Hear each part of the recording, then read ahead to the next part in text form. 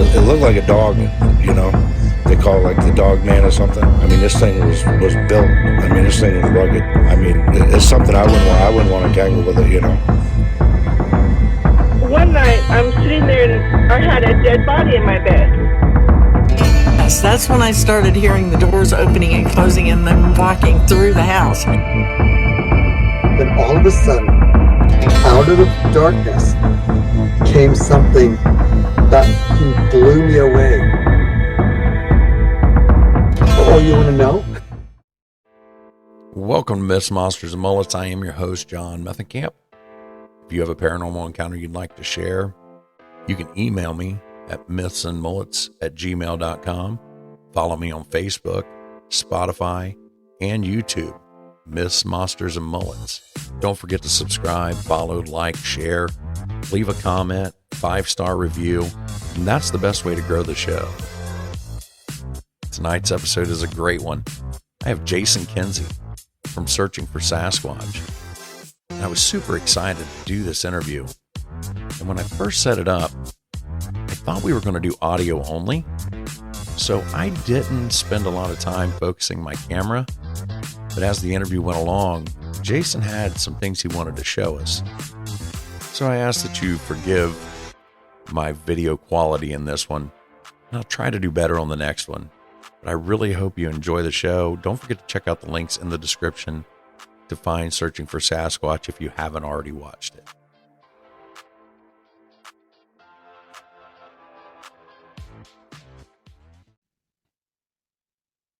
And I think we are like, Welcome everybody to Myths, Monsters, and Mullets. I have a special guest today, Jason Kenzie from Searching for Sasquatch. How are you doing today? Good. How are you doing? I'm so glad to be here. Well, like I told you before we started, I was kind of fangirling whenever I found out that I was going to be interviewing you. So I really am a huge fan. That's nice. I'm hoping I can give you at least 5 more followers. That would be awesome. You know, every follower counts, and maybe the one follower you give me will be rich and gives me lots of money. that happens. Can you send them my way too? Because absolutely. I've already stalked you enough to know your shoe size and your home address, so I'll do that. Yeah, well, it's gonna be hard to find my home address. I'm glad you. Box. See, that's why we need that rich person to come by and help me out. I'm just glad you came out of the woods long enough to do this interview. Hey, you know what? More the merrier. I believe that we should all kind of work together and, climb the ladder to success. I really do appreciate it. So let's why don't you go ahead and tell everybody, because I'm sure there's like 4 people that follow me that don't know who you are. Why don't you go ahead and tell them a little bit about who you are and Searching for Sasquatch.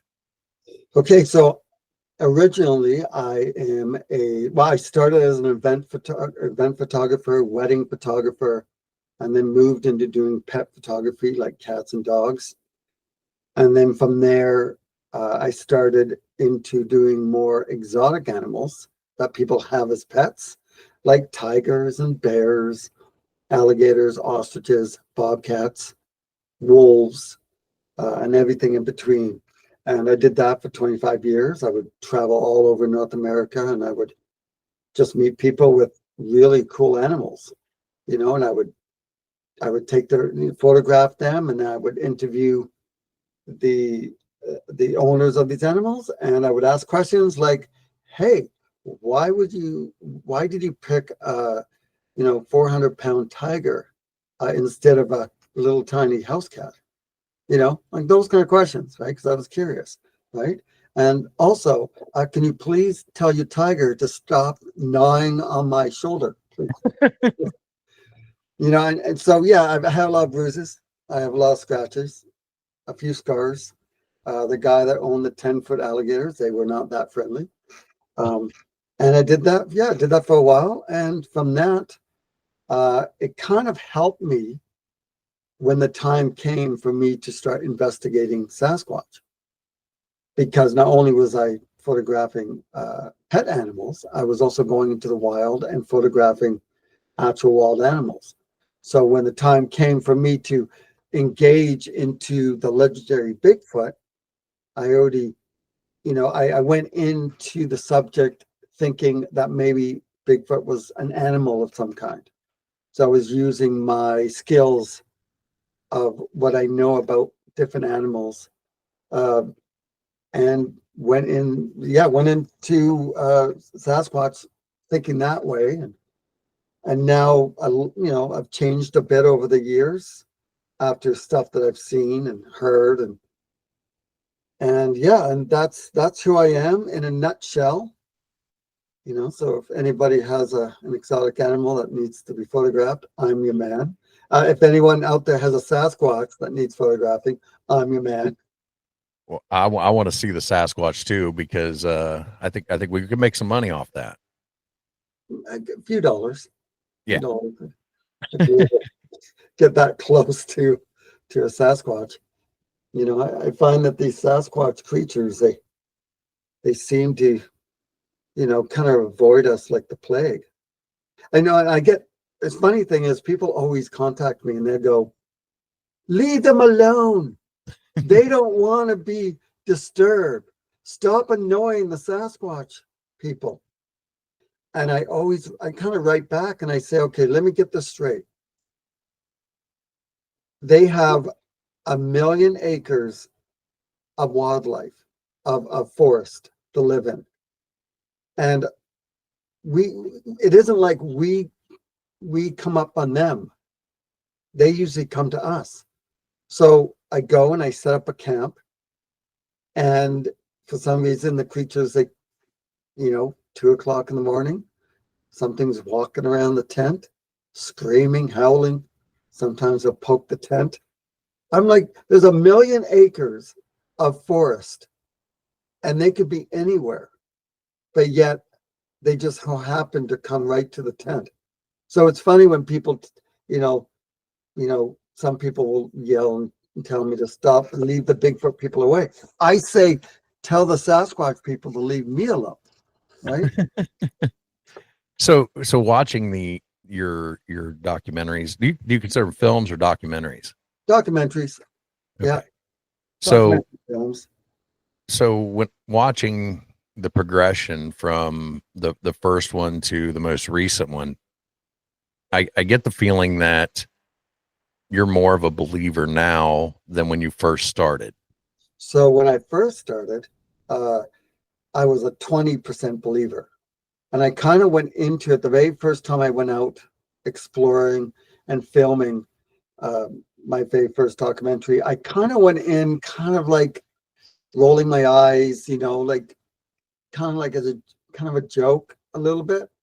I wasn't taking it all that serious. It wasn't until halfway through filming that some stuff happened, like all those footprints that I found in the lake that I droned.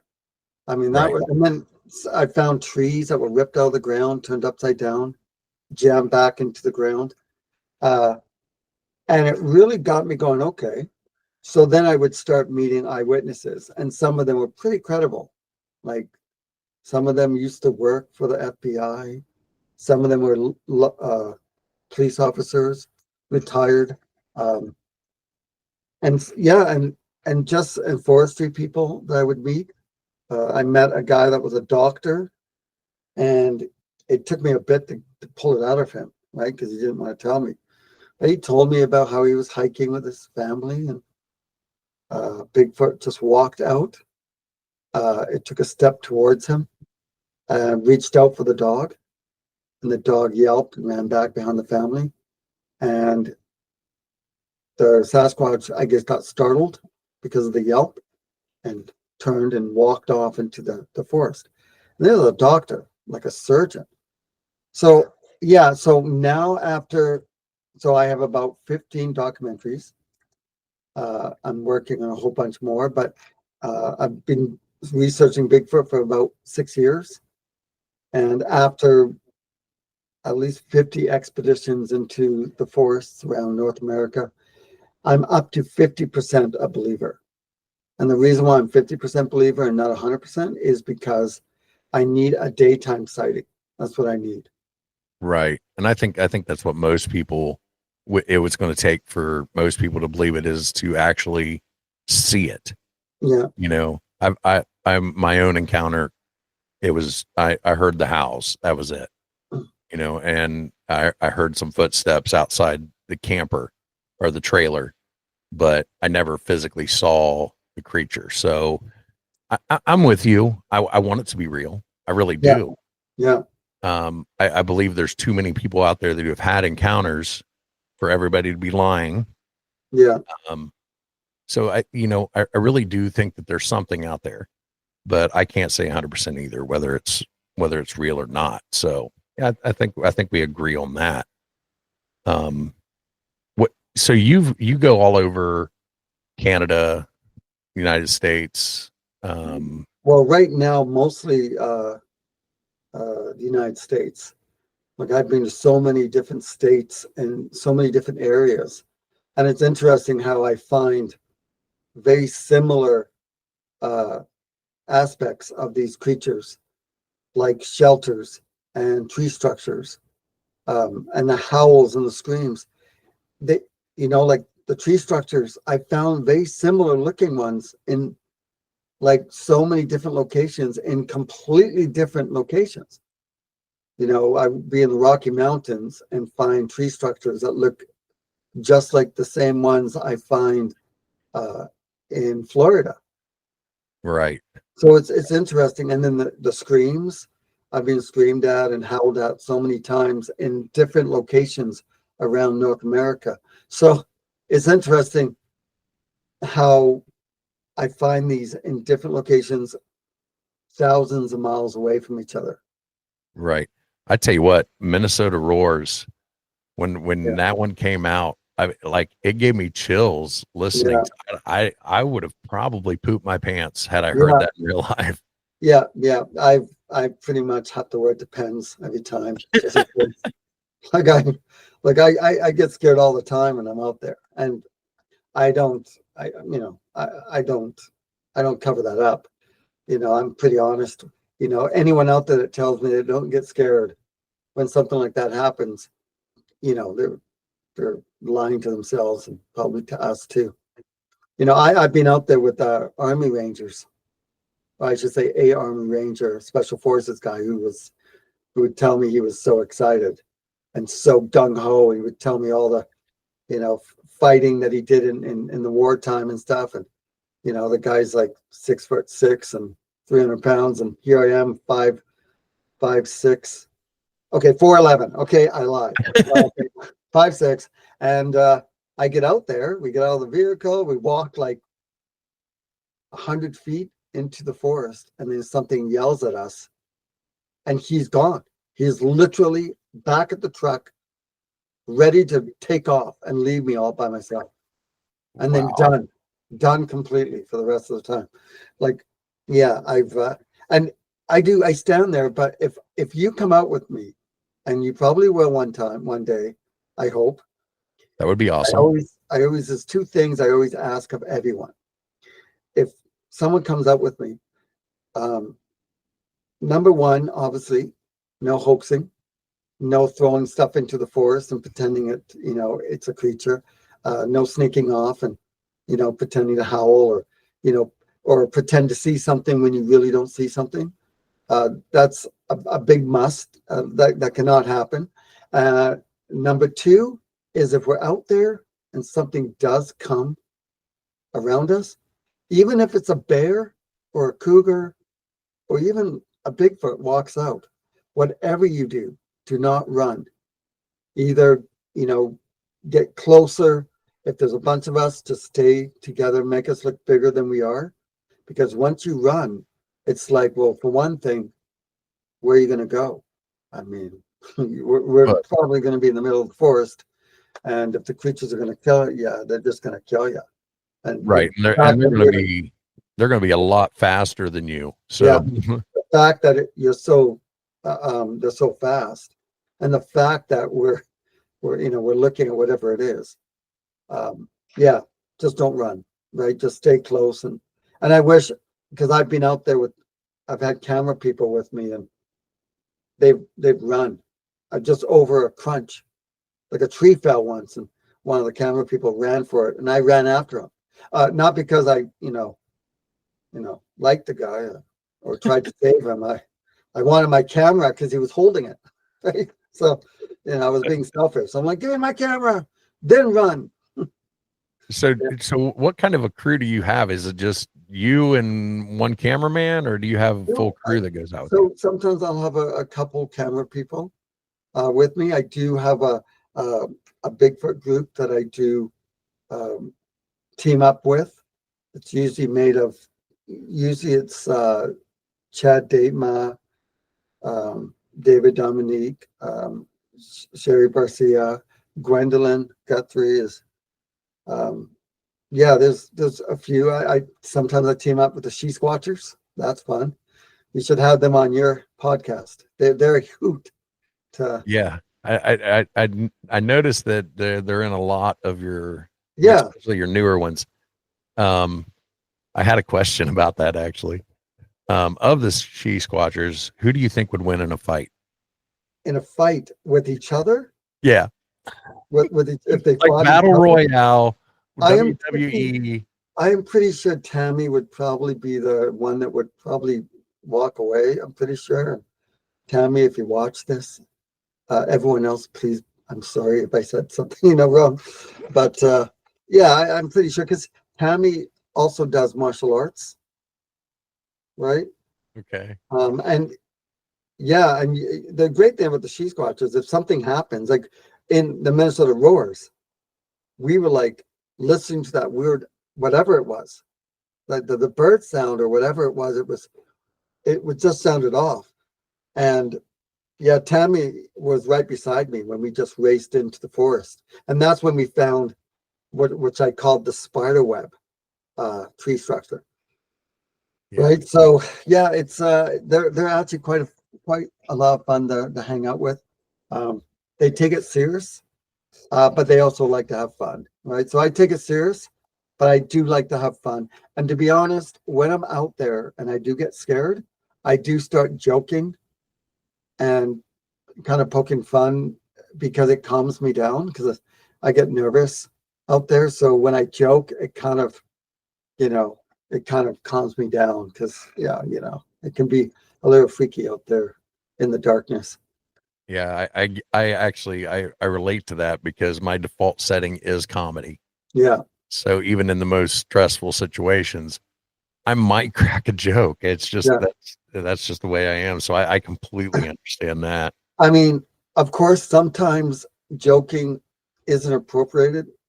Like, okay, David, I know the Sasquatch has you by the neck and is holding you, but okay, why did the chicken cross the road? Okay, stop crying, David. Stop. The chicken cross. Okay, he's gone. He's gone. But damn it. So that would be a bad time to start joking. But it made really good television. Yeah, it made David being dragged off by a Bigfoot. So what do you think is like the most compelling evidence that you found for these creatures? So a lot of the audio stuff, like the roars, I do have I know you can't see this, but I do have a footprint. Oh, nice. Did you see the Colorado Rockies when I went out there? So we found this, and the creatures that were watching us from behind and you can see there's the toe, and you can see it goes down. And then you can see the mid-tarsal break right there. Oh no, it's right up in here. Oh yeah, yeah. And it's about 5 or 6 inches across, and it's about 13 inches long. So even though it's 13 inches long, we believe it may have been a juvenile. But the night before, we were looking at these creatures watching us, and we were filming it, and it was pretty amazing. And then you saw the film, so you saw where. That's why I called it the Night Stalkers, because it actually showed it at the beginning, and no one knew. because it peeked its head out, and the eye shine just looked like the moon. It was so big as it stuck its head out. And the next thing you know, it followed us up the mountain, followed Robert. Before we know it, there they are, just behind. There was a couple of them looking at us. So that was pretty exciting to experience. I do find that the creatures too kind of run away when you confront them. Right. Right now I'm editing 3. Like I finished 2 more that's ready. They're about to launch.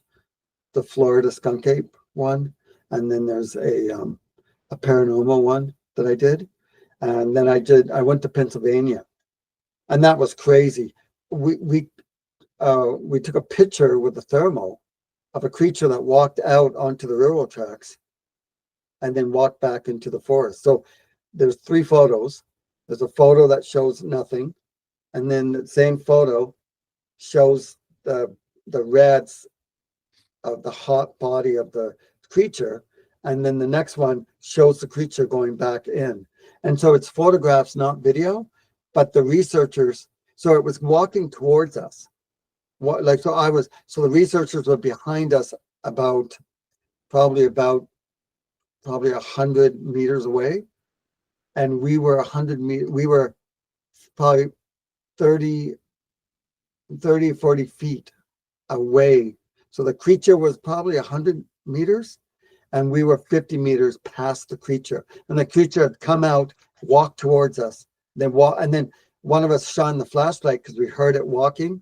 You know, on the tracks, there's rocks on either side, and when you walk on it, it makes that marble sound. Correct. So when we heard it, turned around, shone the front flashlight, and it turned and went into the forest.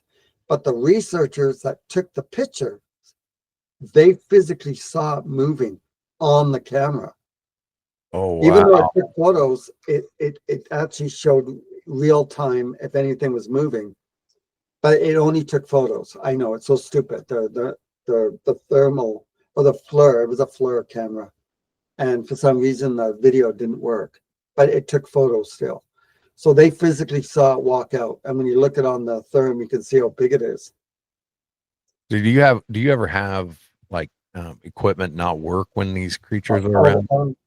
All the time. It's crazy. Like tree cams, you know. I always heard stories about people, the tree cam just totally got wiped out. Well, I experienced it firsthand.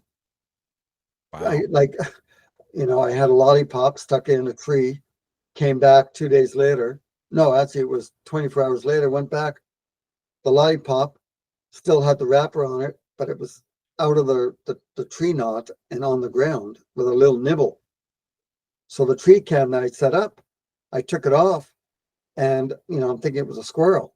So I put it back in my bag. I didn't look at it until I went back home to Canada, and I'm on my computer. I open it up. There is something like 50 photographs, and every photograph worked except for the one photograph that I wanted to see. So I was going through each photograph, and as the photographs were going, I knew, okay, it's getting close. I'm getting close to that spot, because when you're setting up the tree cam, it's taking pictures of you setting it up, and you're walking or whatever, and I get to. So there was about 25 photos. There was about 30 photos in front of it, of the photograph, and then like 20 photos after it. Oh. And the one photograph that I needed, that I was excited to see the little squirrel, because I was excited to see the squirrel. I mean, I just wanted to, that's why I wasn't too, excited. I wasn't too eager at that moment when I took the tree cam down to look at it, because I'm thinking it was a squirrel. But before I stuck the lollipop, and when I say lollipop, the lollipop was probably the size, it was on a stick, and it was about the size of I'm going to say a baseball. So it was a big lollipop. So not like a little dum-dum pop. No, it wasn't. It was a big one. It was, okay, maybe it wasn't as big as a baseball, but it was like a softball. Like it was a big, and it had wrapping around it, and I stuck it into the air, and I said, "Okay, Mr. Sasquatch, if you this is for you, and if you don't like it, please don't eat it. I will eat it because it looks delicious." And then I stuck it in the tree.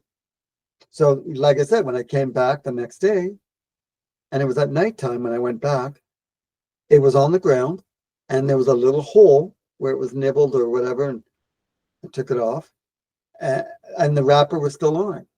So yeah, so I was blown away. I could not even believe it. I was really kind of choked, and I have about 4 different editing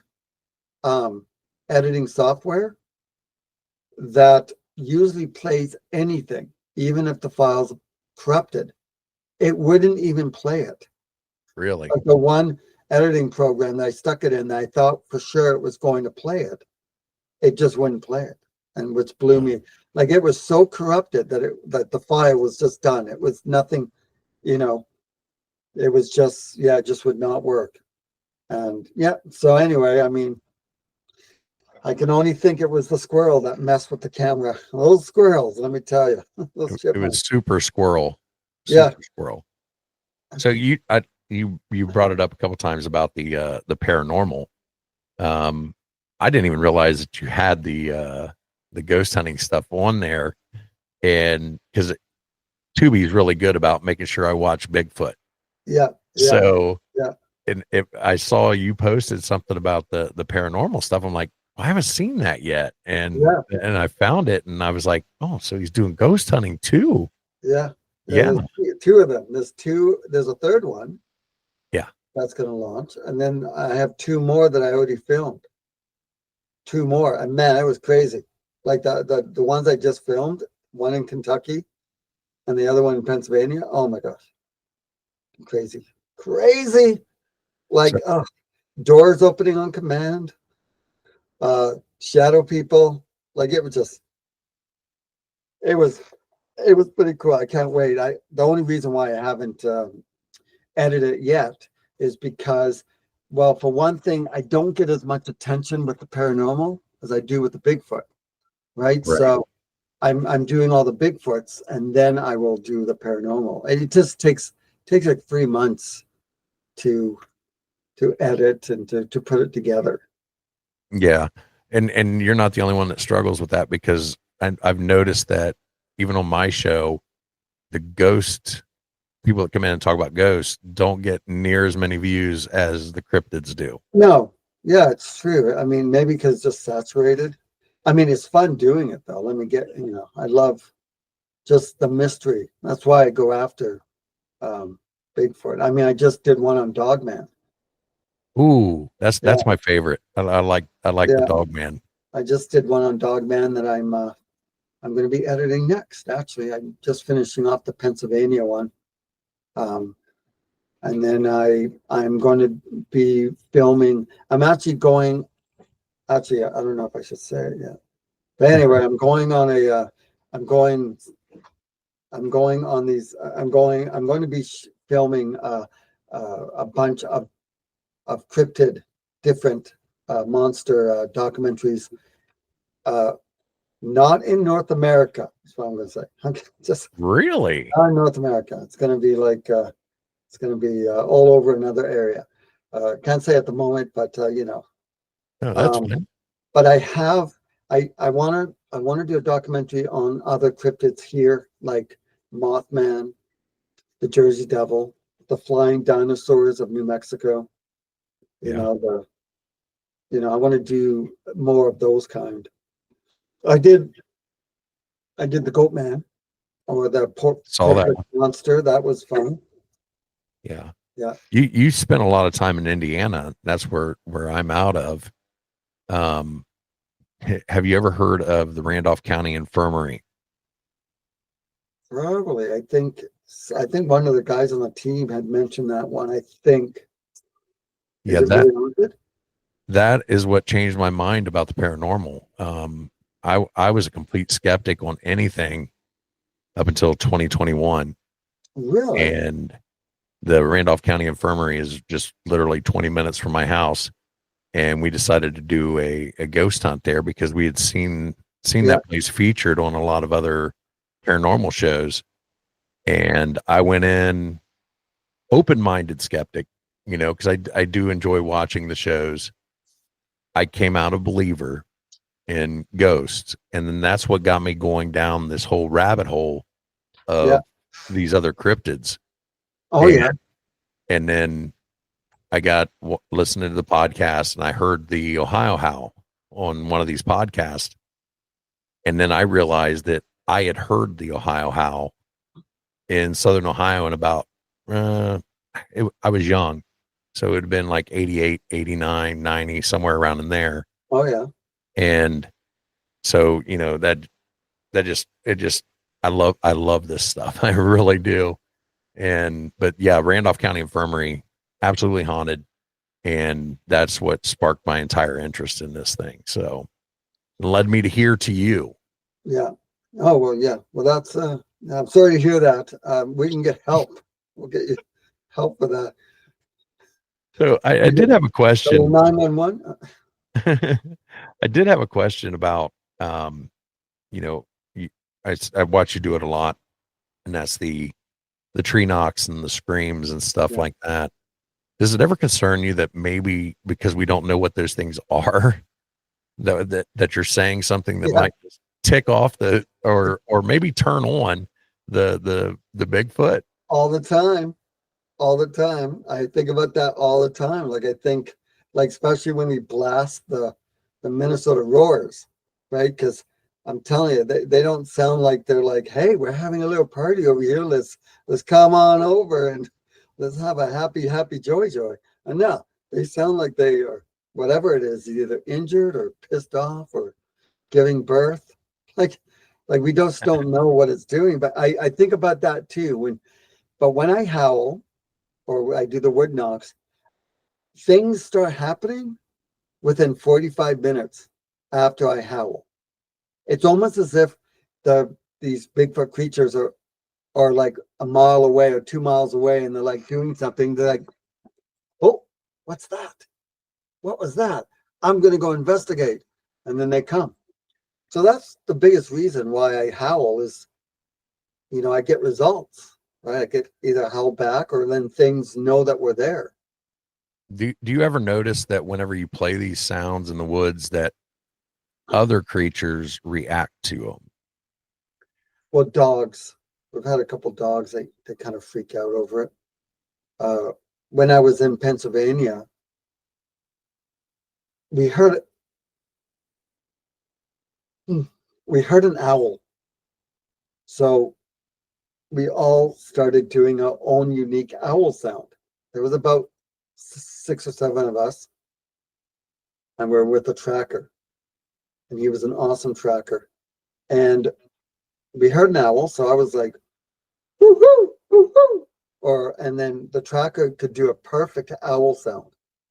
And then another one, and then I think I went, cuckoo, cuckoo, cuckoo, cuckoo. And then one of the other guys did another owl sound, and then the tracker did one, then one of the girls did one. Then all of a sudden, out of the darkness came something that blew me away. Oh, you want to know? Oh, yeah. Something I've never heard before. And in fact, the tracker, who is a hunter, who knows these words like the back of his hand, has never heard anything like this again. But it was like 5 or 6 owls, and they were all freaking out. They were all hooting, but all the hoots sounded completely off. But it was almost like they were imitating what we were doing. And I caught it all on camera, and I caught the sound and everything. And I caught the reaction when it happened. And the tracker, he comes up and he's like, man, that wasn't coyotes. That's the sound I've never heard before. It was so fascinating. And it's called Terror in the Woods. That's what I'm calling it. I think it's number 15, and it's going to be releasing within a month or so I'm just kind of waiting. It's already at the distributor and getting ready to go out there. But there's going to be quite a bit of stuff for people to watch, for sure. I mean, the 5 new people that I get. Well, hopefully they follow me too. Yeah, I can exactly. use those 5 as well. Tell them, if you're listening to this, tell them John sent you. Yeah, exactly. I noticed. Well, I just watched 12 the other day. I was waiting for it to come on Tubi, and it hasn't done that yet. And No, it hasn't. so I ended up finding it on YouTube, and I'm sitting there watching it, and you're driving down the road. It's right at the beginning, and I'm like, I know that road. That was 52, headed towards out of Ravenna. Yeah. Yeah. And my family's from there. Oh, yeah? Oh, well, Yeah. that's pretty cool. Yeah. I was like, I know that road. I've been on that road. And Yeah. then you showed Ravenna. And I was like, yeah, I know exactly where he's at right now. Yeah. Like, maybe one of my family members is going to be on this. No, they weren't. No, they weren't. No. I loved I loved that area. Kentucky is, I went to the area of the Kentucky horses. Yeah. The race horses. Went to that area where all the fields are. You could see all the horses in the fields. That was kind of neat, I do watch horse racing. In fact, being a photographer, I've actually filmed and photographed some of the race horses out here in Vancouver. Do you ride horses? I do ride horses. I'm not good at it, but I can ride them. Yeah. 'Cause I've always been curious of how Sasquatch would react to seeing a person on a horse, because I see how like deer and other animals act, like they're confused. Yeah. Like they can smell the human, Yeah. but that shape doesn't fit the human. Yeah.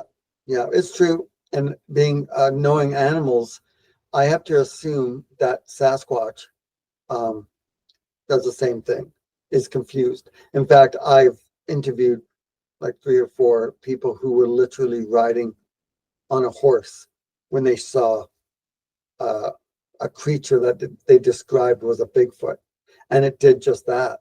It's one of them. They all walked off, but one of them actually stood up and looked, and then sat back down, trying to hide in this big cornfield, like this big field. I think it was like kind of a cornfield with no corn, and It was pretty flat, and it was just trying to hide. And it's interesting, and you just have to assume that they do the same thing. They'll be a little bit confused. Right. I know you have one about the mind speak. Yeah. How much are you on board with the woo factor? Well, I have to at least put a toe over into that area, because I've seen some weird stuff. Like Pennsylvania, right after the owls, I saw a creature looking at us behind a tree. And then as we ran towards it, it ran off. And as we followed it, we saw a ball of red light moving through the trees. And really, it looked like a giant, it looked like a car tail light. That's what it looked like. But it was big. We were so deep in the forest. In fact, our vehicles were behind us. So, and it was moving, and there was no sound. And then all of a sudden, as I was kind of running towards, I wanted to find out if it was a hunter or someone, I found a footprint just right there.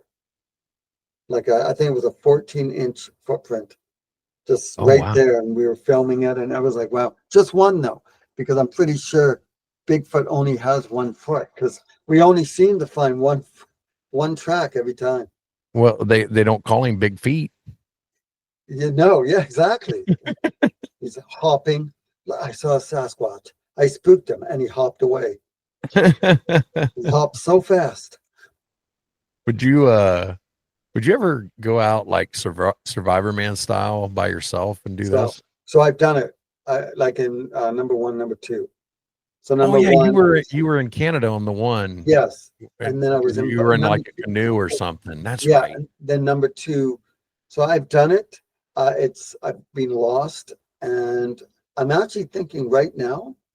I'm actually been working on a survival Bigfoot, like an actual, like get dropped in by helicopter and spend like 5 days surviving and then searching for Bigfoot at the same time.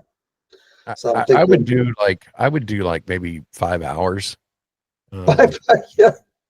And just tell the helicopter, hey, can you just drop me down? Just a second. I touched the ground. Okay, let's go. Let's get out of here. That was good yeah, enough.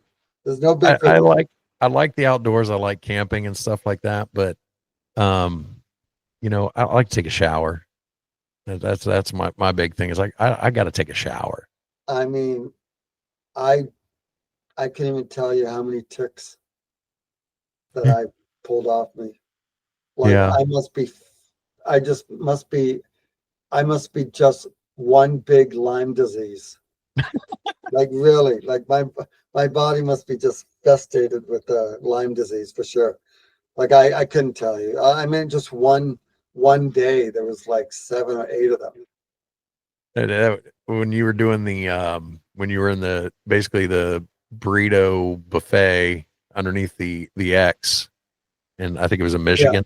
yeah, Michigan, UP. Yeah, and you were talking about the mosquitoes then. Oh my But God. didn't you smell something during that one? Yeah, yeah. We were walking towards. It was we were ready to go and go to go to sleep and do the thing. And as we were walking, we walked into like I say it's like a cloud of stink. Like like it's an invisible, like if we could see it, it would be like a big bubble cloud of stink just floating through the air. And it hit us. And it smelled so bad. And it only lasted for not even 30 seconds. It's like we passed right through us. And that was literally as we were walking to turn in for the night, for me to turn into a burrito. Yeah, right. I've actually experienced the smell before, and I thought it smelled like roadkill mixed with wet garbage. Yeah, Maybe a little bit of dog smell to it too. yeah. And you're right. It's like confined to one area. What I don't, what I don't know if these creatures can release the stink on command, like a skunk, Yeah. or the infrasound. You know how they can give off infrasound? I wonder if they can just give off the infrasound without making a noise. Almost like, I know it sounds stupid, but almost like Aquaman. You know, Aquaman could Right. just release the the telekinesis, whatever, with the fish. I Yeah. wonder if he can give off the infrasound because I know that lions and tigers and I know elephants and whales, you know, My they all ex-wife. give off infrasound, right? Right. And So, it's um, so would you say that Bigfoot smells worse or Matthew? definitely Matthew. God, I wanted to tell him that. I said, Matthew, for the love of God, Yeah, I get that feeling. For wash some your feet, reason, I just Matthew. Matthew is great. He's been a big help to me, and I still owe him. I roast people on my TikTok page, and I Oh still yeah. owe him a roast. So that's just a little bit there for him. Well, I'm hoping I meet up with Matthew again and go out with him. Yeah, he was great fun, and he's going to be in the Ozark Bigfoot um, one, and that's going to be exciting. There's some cool stuff that happened. Did he tell you that we went through a cave? We're on He, hands and he knees. he's very tight lipped about what all happened, but he did tell me you guys went in a cave. Yeah, we had to crawl through a cave, and the ceiling of the cave, we had to, I'm trying to remember, it was 1,000 feet or something. We had to crawl through a cave, and the ceiling was no more than from the floor to the ceiling. I want to say 5 feet, 4 feet, no, 6 feet. No, not 6 feet. They're definitely 5 feet. Wow. Like you could not stand up in it. Like we're like crawling. It may have been like 4 feet, and we had to go 1,000 feet. Like our knees were killing us. And I'm filming the whole thing. Everyone's like, oh God. And I'm like, okay, just keep it going. This will make great video. Because I'm holding a video camera with me, and I'm, because we wanted to go in. We thought, hey, maybe there's evidence. We don't know, Right. Well, I have one last question for you. What happens if we find Bigfoot for real? What happens to Jason Kenzie? Well, that's a good question. Like I said, I'm going to be doing other cryptids besides Bigfoot. I guess I would have to change the title to Jason Kenzie, searching for more Sasquatches. Because you've already found one. So yeah. And if you were the one to find it, who would be the first person you would contact? I think, okay, so if I captured Sasquatch on video to the point where it was so good that it is no doubt that it was real, because I would do a few things to make sure it was real without killing the damn thing with my hands, because I'm that strong. What I would do, the first thing I would do is I would make about 10 copies of the video. And first off, I would not tell anyone. And if I'm with a group of guys, a group of people, they would all have to be like, I would tell everyone, do not say a word. But in my head, I'm thinking they're going to say something. So I have to be kind of quick and delay the situation, make 5 or 10 copies of the video and give them to different people. Because funny thing is, my friends here in Vancouver, Canada, that I hang out with are 100% not into Bigfoot at all. Like a zero.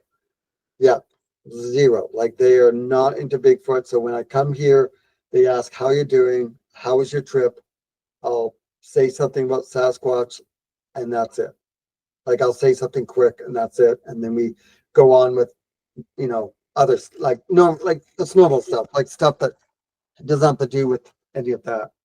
And so anyway, I would give the stuff and I would lock it into different places. Like I would just purposely lock it. Then I'd probably contact Meldrum, Todd Neese. I would probably contact a couple other people and have them on board. I wouldn't tell them what it is yet, but I would say you need to meet in person. And then I would show it. And then if I was to show it to the news, there would have to be, I would have to show them in person. Like I wouldn't leave. Like I would have to have them standing in front of me and I would just show it to them. There's no zipping it off, or, like sometimes if you submit stuff to the news, they want you to email it to them. They'll look at it and then figure out. Yeah, be none of that. Everything would have to be manual. So that's the gist of it at the beginning. If I, actually captured, and you never know, I'm getting close to whatever they are. Like they seem to come close. They seem to stay just out of the length of meters from the infrared beam of light. They just seem to know how to stay just outside of that. So, okay, I really do have one more question, then I'm done, I promise. Okay. Do you find that you get more activity when you're just acting normal, or when you're out there doing like the howls and stuff like that? Well, I mean, after we do the howls, because like I said, the howl is basically the the call to action. It's just to let them know if they're, because like I said, I know a lot of people go, well, they know when you're in the forest, when you walk in there. I'm like, well, they don't if they're like 5 miles away eating a deer, right? Right. So that, they don't know, right? And, once you do the call to action, then, but there is one thing that I do find that everyone does, and even myself, is every time we do a wood knock, and I'm going to have to stop doing this, by the way, but every time we do a wood knock, we always do 3 knocks. But yet, literally, any time that we ever hear a wood knock from an alleged creature, it's literally only 1 knock. That's it. 1 knock. And we always seem to, like, when we knock back, it's 1, 2, 3. And we have no idea what we're saying back. For all we know, the Right. creatures are over there going, huh, that guy must have a hiccup or something.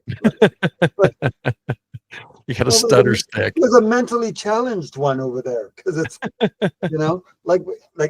so I keep trying to tell myself, okay, but we just have a habit of hitting 3 times back. Yeah. Where Kentucky has the Kentucky 3, which is, 1, 2, 3, 1, right? I saw that. I saw Kentucky 3, right? Well, Jason, I tell you what, this has been amazing, and I really do appreciate your time. And maybe after we get our 5 followers, over the next 3 years, you can come back on and tell me that you have another 5 for you, another 5, or that you have absolute proof of Sasquatch, and you can take me out to dinner. I will do that. Well, beers are on us or you. PBR. Yeah. I drink PBR. Oh, excellent. You need to get a sponsorship from Sasquatch Beer. So contact them and just that's a good idea. That's a good idea. I'm going to be contacting them as soon as I hang up with you. Yeah, Sasquatch Beer. Well, tell all your followers they can find all my work on all my documentaries on Tubi, Plex. I imagine you'll post all the links where you can find it.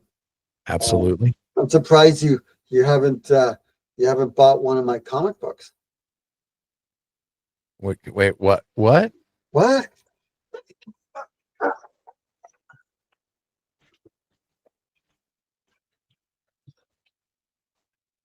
I'm surprised that you haven't even. I have a graphic novel. Oh, I did see that. I saw that picture, and I thought it was just a graphic. No, I didn't realize it's an actual graphic novel. It's called "Searching for Sasquatch and the Hidden Treasure of Bigfoot Valley," and it's it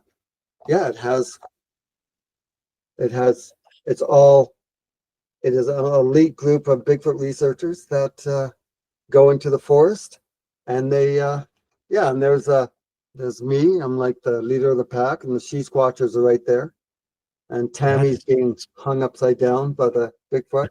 And it's, I wrote it because I'm a big fan of, like, Dungeons and Dragons and Indiana Jones, the Goonies, and I always liked the treasure stuff, like treasure hunting. So I wanted to combine it so that, we go into the forest, we pass through a portal, and we go into this new land where there's flying dinosaurs and there's poisonous plants, and then we find all this treasure. And I get selfish and greedy, and I want all the treasure. And the Bigfoot people, there's a jewel in the gold. There's a jewel that gives the Bigfoot people their abilities of speed, strength, smell, and all their and they don't want us to take it. Of course, we don't know which jewel it is. We just want to take whatever we can carry, right? Like, I want all the gold, so I'm greedy, and I want it. And we have to figure out how to get out of there without getting killed by the don't tell me anymore. I want to read it. Yeah, you can find it on Amazon. Okay. Right? It's only like $9.99. So you can. I'm ordering one here in about 5 minutes. And then you know that I have a children's book too. I did see that. Yeah, so I had 4 of them.